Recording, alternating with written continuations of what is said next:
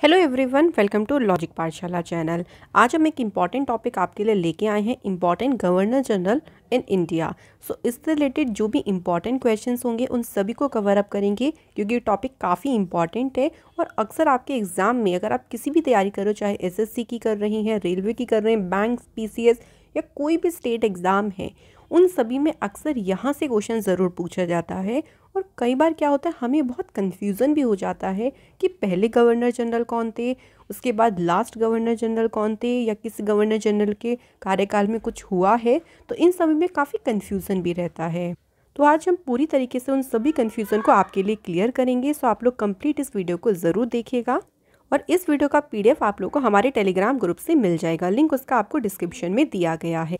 और फ्रेंड्स, अगर आपको हमारी वीडियोस अच्छी लग रही हैं, अगर आपको हमारा जो कंटेंट है वो अच्छा लग रहा है, तो वीडियो को लाइक ज़रूर करें, शेयर करें अपने दोस्तों के साथ और चैनल को सब्सक्राइब ज़रूर करें।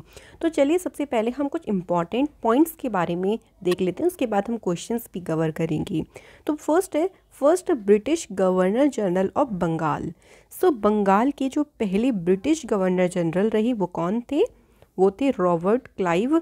1757 बैटल ऑफ प्लासी। तो इसका मतलब ये कि उस टाइम पे 1757 का जो बैटल ऑफ प्लासी था वो उस टाइम हो रहा था जब ये थे बंगाल के उस टाइम पे पहले ब्रिटिश गवर्नर। ठीक है, ध्यान रखिएगा। उसके बाद नेक्स्ट इंपॉर्टेंट पॉइंट देखिए क्या है। First governor general of Bengal was Warren Hastings with tenure of office from 1772 से लेके 1785। अब कंफ्यूज मत होइएगा। देखिए, पहले थे ब्रिटिश गवर्नर, फिर गवर्नर का जो पद था उसका नाम करके क्या कर दिया गया था कि गवर्नर जनरल कर दिया गया था। तो इसलिए यहाँ पे लिखा गया है कि पहले गवर्नर जनरल। कंफ्यूज नहीं होगा, खाली पहले गवर्नर पूछे बंगाल के ब्रिटिश गवर्नर तो रॉबर्ट क्लाइव, लेकिन पहले गवर्नर जनरल पूछे बंगाल के तो उनका नाम क्या था? Warren Hasting. और इनका जो कार्यकाल रहा था वो 1772 से लेके 1785 तक रहा। नेक्स्ट इंपॉर्टेंट पॉइंट क्या है, देखिए, charter act of 1833 made governor general of Bengal as governor general of British India. इस एक्ट के तहत देखिए क्या हुआ था कि जो गवर्नर जनरल ऑफ बंगाल का पद था, यानी ये जो नाम था कि अब जो गवर्नर जनरल होगा बंगाल का, वही गवर्नर जनरल ब्रिटिश इंडिया का कहा जाएगा।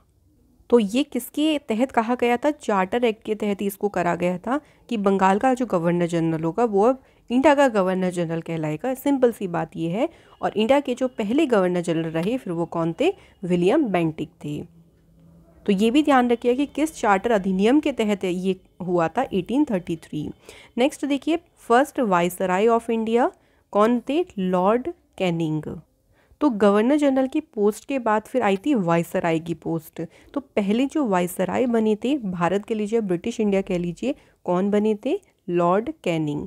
तो ये सारे जो छोटे छोटे पॉइंट्स मैं आपको बता रही हूँ, बहुत कन्फ्यूज़न रहते हैं हमारे माइंड में, बहुत कन्फ्यूज़ हो जाते हैं, इसलिए आपको हर एक पॉइंट को बिल्कुल क्लियर करके चलना है। उसके बाद देखिए, जब भारत आज़ाद हो गया था तो आज़ाद भारत के यानी फ्री इंडिया के पहले गवर्नर जनरल कौन रहे? Lord Mountbatten. Last governor general of free India, जो कि एकमात्र इंडियन गवर्नर जनरल रहे थे। तो आप ये भी बोल सकते हैं कि भाई ये पहले इंडियन गवर्नर जनरल बने थे, क्योंकि इंडिया तो फ्री हो गया था, उसके बाद ये जो गवर्नर जनरल का पद था बाद में ख़त्म भी हो गया था। तो ये पहले और आखिरी ही इंडियन गवर्नर जनरल बने, राजा गोपालाचारी। सो यहाँ पे बहुत सारे इंपॉर्टेंट पॉइंट्स डिस्कस करे हैं कि फ्री इंडिया के पहले गवर्नर जनरल थे लॉर्ड माउंटबेटन, लेकिन पहले इंडियन गवर्नर जनरल की बात करती हैं तो उनका नाम था राजा गोपालाचारी। अब शुरू करते हैं फ्रेंड्स हम इम्पॉर्टेंट क्वेश्चन से। तो आपको जो पॉइंट्स थे वो क्लियर हो गए होंगे कि क्या क्या हमने पॉइंट डिस्कस करे। चलिए, who was the first British viceroy of India? तो मैंने आपको बताया था कि जो वाइसराय की पोस्ट आ गई थी, है ना, गवर्नर जनरल के बाद में, तो पहले जो ब्रिटिश वाइसराय बने थे वो कौन बने थे? लॉर्ड कैनिंग बने थे। लॉर्ड कैनिंग पहले viceroy governor general of India के थे through the government of India act के तहत इनको बनाया गया था 1858। नेक्स्ट इनके बारे में एक इंपॉर्टेंट पॉइंट ध्यान रखिएगा। He was the governor general of India during the Indian sepoy mutiny in 1857।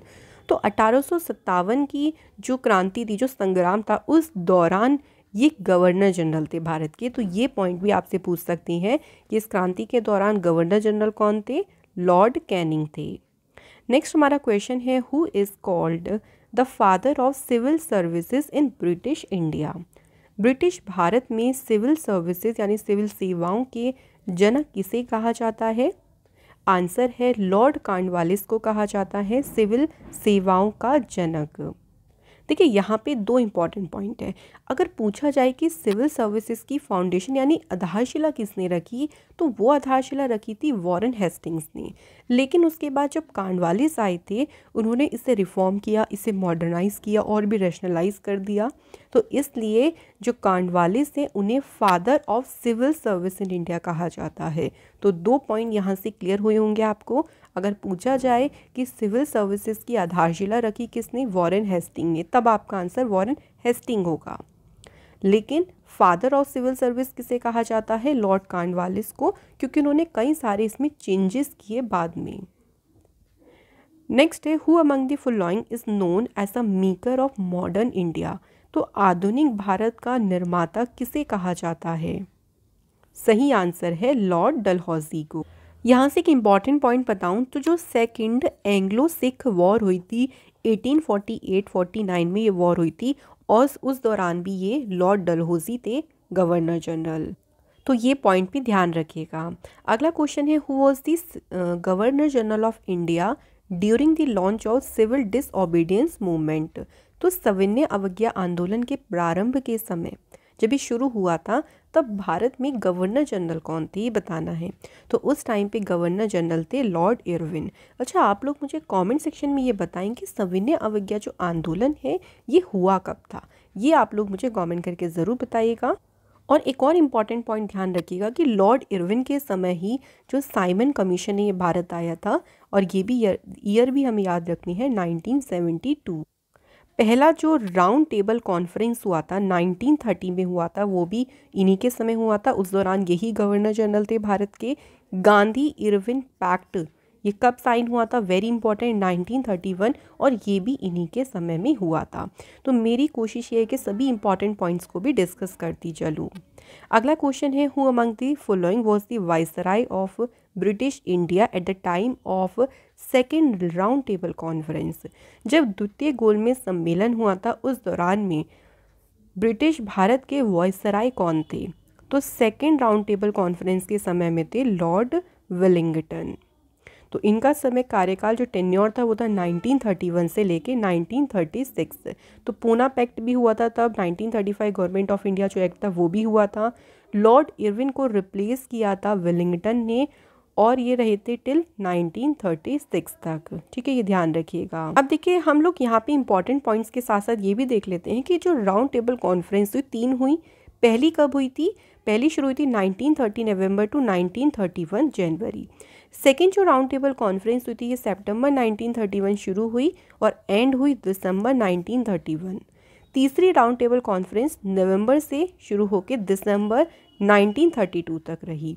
तो पहले के समय में इरविन थे, दूसरे के समय में थे लॉर्ड वेलिंगटन। ये हमें ध्यान रखना है। नेक्स्ट क्वेश्चन है हमारा, सती वॉज एबोलिश्ड बाय। जो सती प्रथा थी, आपने इसके बारे में सुना ज़रूर होगा। इसका अंत जो है किसके द्वारा किया गया था? तो इसका अंत किया था विलियम बेंटिक ने। नेक्स्ट क्वेश्चन है, who was the following was the last governor general of Bengal. Bengal के अंतिम गवर्नर जनरल कौन थे? आंसर हो जाएगा विलियम बेंटिक। अच्छा, आपको याद होगा, देखिए विलियम बेंटिक से हमने क्या याद किया था? जो चार्टर एक्ट आया था 1833 का, उसने क्या किया था कि जो गवर्नर जनरल ऑफ बंगाल का जो पद था उसी को ही चेंज करके बोलते हैं governor general of British India. तो यहाँ से आप ये बोल सकते हैं कि जो बंगाल के अंतिम गवर्नर जनरल थे, क्योंकि उसके बाद यही जो गवर्नर जनरल का पद है इसे बोल दिया गया था governor general of British India. चलिए अगले क्वेश्चन पे बढ़ते हैं। The treaty of Srirangapatnam was between Tipu Sultan and dash. तो जो श्रीरंगपट्टनम की जो संधि हुई थी वो टीपू सुल्तान और किसके बीच हुई थी? तो वो हुई थी टीपू सुल्तान और लॉर्ड कॉर्नवालिस के बीच। तो लॉर्ड कॉर्नवालिस के समय जो तीसरी मैसूर वॉर थी ये भी हुई थी, और कब हुई थी ये? 1790 से लेके 1920।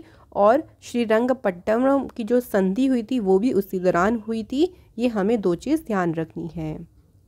नेक्स्ट है who devised the policy of doctrine of lapse. तो डॉक्ट्राइन ऑफ लैप्स की जो नीति है ये किसने तैयार की थी? ये तैयार की थी फ्रेंड्स लॉर्ड डलहौजी ने। तो ये जो पॉलिसी है इसको डिवाइस किया गया था लॉर्ड डलहौजी के द्वारा। ये गवर्नर जनरल रहे थे भारत के 1848 से लेके 1856 तक। ये एक तरीके की क्या थी? एनेक्शन पॉलिसी थी, ये एक विलय नीति थी। ये भारत में ईस्ट इंडिया कंपनी के द्वारा लागू की गई एक विलय नीति थी जिसे 1848 में इम्प्लीमेंट किया गया था। नेक्स्ट क्वेश्चन है who proposed the vernacular press act. तो इस एक्ट को किसने प्रस्तावित किया था? सही आंसर है लॉर्ड लिटन ने इस एक्ट को प्रस्तावित किया था। कब किया गया था प्रस्तावित, ये भी ध्यान रखिएगा, 1878 में। लॉर्ड लिटन का कार्यकाल 1876 से लेके 1880 तक रहा था। ये जो एक्ट था वर्नाकुलर प्रेस एक्ट, ये एक्ट अलाउ करता था magistrate to collect security deposits, कि जो मजिस्ट्रेट हैं वो सिक्योरिटी डिपॉजिट कलेक्ट कर देते regional language, native language, vernacular newspaper जो थे उनसे ये सब जमा किया जाता था। लेकिन ब्रिटिश वाले जो थे वो इसके अधीन नहीं आते थे, बाकी सभी से जो है जमा करने की अनुमति देता था ये एक्ट। यदि उन्होंने कुछ भी प्रकाशित किया है तो उनके प्रिंटिंग प्रेस को जब्त कर लिया। तो ये सारी चीज़ें थी इस एक्ट के तहत। लॉर्ड लिटन के जब लॉर्ड लिटन वायसराय थे उस दौरान आर्म्स एक्ट भी हुआ था, और आर्म्स एक्ट का ये भी 1878 में हुआ था। जो सेकेंड अफगान वॉर हुई थी ये हुई थी आपकी 1878 से लेके 1880, ये भी इन्हीं के समय काल में हुई थी जब ये वायसराय थे। नेक्स्ट हमारा क्वेश्चन है the railway line was established during the region of which governor general in India. Very important, बहुत एग्जाम में पूछते हैं। तो भारत में रेलवे लाइन किस गवर्नर जनरल के शासनकाल में स्थापित की गई थी? ध्यान रखिएगा, लॉर्ड डलहौजी की। लॉर्ड डलहौजी को फादर ऑफ इंडियन रेलवे भी कहा जाता है। और जो हमारी इंडिया के पहले रेलवे मिनिस्टर थे वो कौन थे? जॉन मथाई। पहली जो रेलवे लाइन चली थी वो बॉम्बे से ठाणे चली थी और इसकी स्थापना 8 में 1845 को हुई थी। लेकिन कंफ्यूज मत होइएगा, जो पहली रेल चली थी ना ये 1853 में चली थी, ये ध्यान रखिएगा। और जो करंट मिनिस्टर हैं रेलवे के वो कौन है? अश्विनी वैष्णव। रेलवे से रिलेटेड कुछ इंपॉर्टेंट फैक्ट की बात करती हैं। चलिए ये सभी देखिए इंपॉर्टेंट फैक्ट हैं। पहली ट्रेन इंडिया में कब चली थी? फर्स्ट ट्रेन इन इंडिया कौन सी थी? रेड हिल रेलवे, जो कि रेड हिल से लेके चली थी चिंताद्रिपिज ब्रिज तक 1837 में चली थी। ट्रेन विद लॉन्गेस्ट रूट, यानी सबका सबसे लंबा जो लॉन्गेस्ट रूट रहा था अभी तक का ट्रेन का, वो किस ट्रेन का था? विवेक एक्सप्रेस, जो कि डिब्रूगढ़ से कन्याकुमारी तक चली, जिसने 4286 किलोमीटर की डिस्टेंस कवर करी 82 आवर्स 30 मिनट में। इंडिया की जो सबसे फास्टेस्ट ट्रेन है वो कौन सी है? वंदे भारत एक्सप्रेस।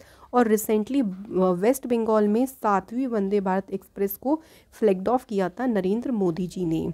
इसके बाद भारत में जो पहली इलेक्ट्रिक ट्रेन चली थी तो ये चली थी 3 फरवरी 1925 को between Bombay Victoria terminal and Kurla harbour. पहला रेलवे स्टेशन भारत का था बौरी बंदर, जो कि लोकेटेड था मुंबई में। ये पहला रेलवे स्टेशन था इंडिया का।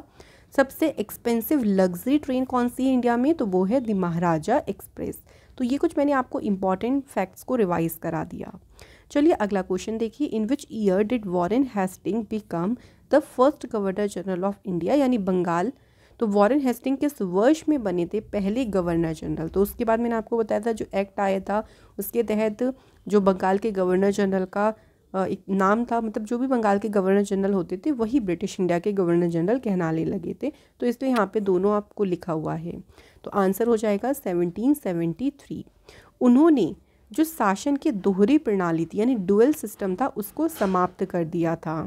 इसके अलावा ध्यान रखिएगा कि उन्होंने एशियाटिक सोसाइटी ऑफ बंगाल की स्थापना की थी विलियम जोन्स के साथ मिलके 1784 में कलकत्ता में। तो ये वाला क्वेश्चन भी ध्यान रखेंगे कि जो गवर्नेंस का डुअल सिस्टम है उसको एबोलिश किसने किया था, ये भी पूछ सकती हैं। तो आपका आंसर होगा वॉरेन हेस्टिंग ने।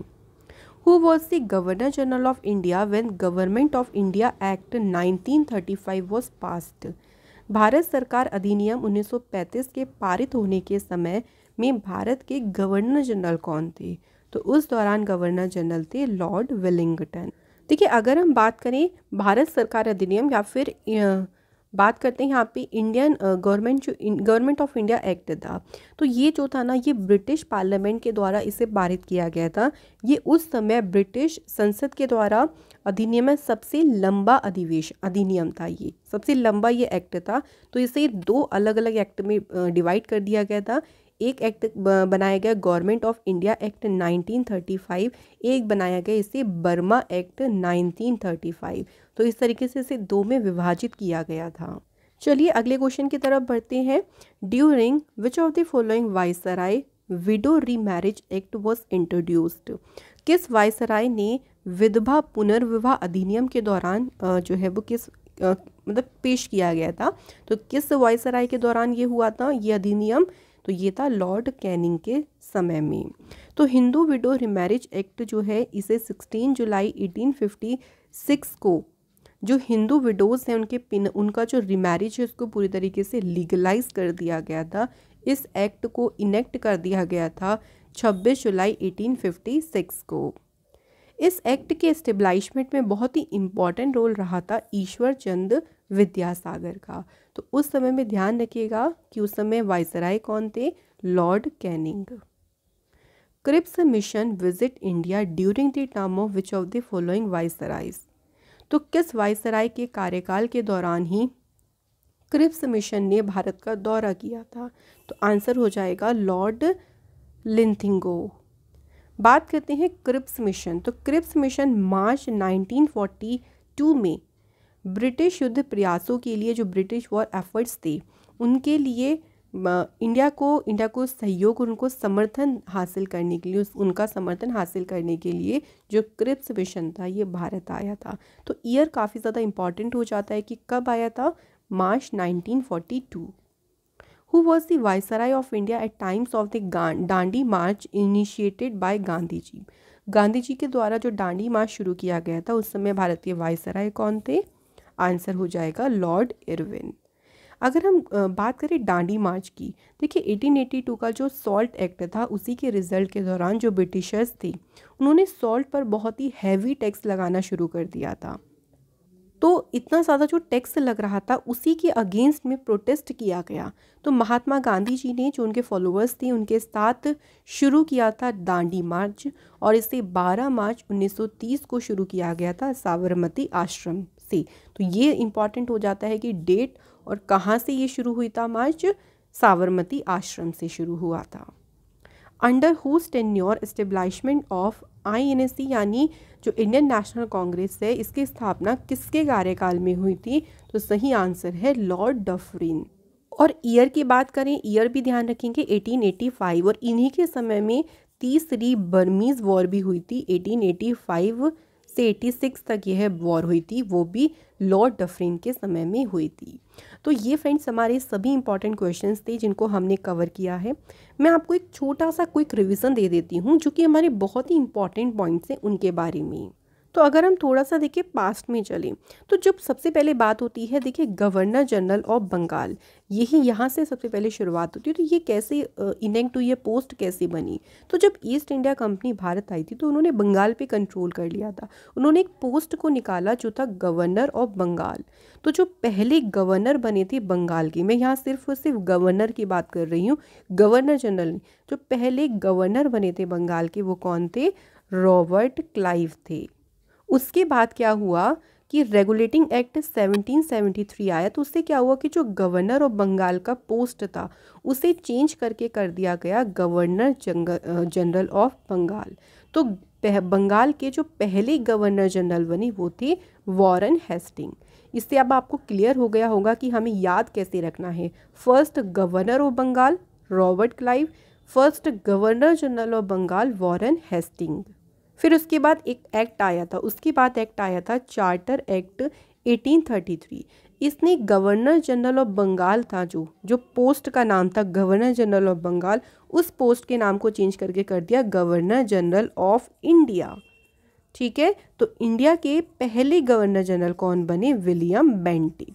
ये तीन चीज़ें इसलिए इंपॉर्टेंट है फ्रेंड्स, ये ध्यान रखिएगा, ये इस तरीके से चक्र चला है। ठीक है, रॉबर्ट क्लाइव पहले गवर्नर बंगाल के, वॉरेन हेस्टिंग पहले गवर्नर जनरल बंगाल के, भारत के पहले गवर्नर जनरल कौन रहे, विलियम बेंटिक। तो ये चेंज होती गई, देखिए पोस्ट के नाम ही चेंज होते गए।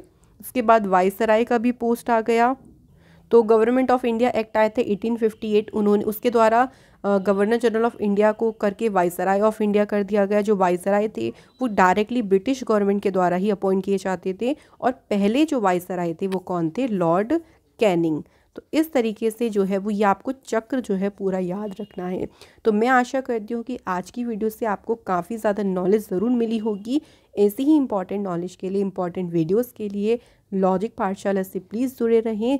वीडियो पसंद आई हो तो लाइक और शेयर ज़रूर करें और चैनल को सब्सक्राइब ज़रूर करें। Thank you so much for watching this video.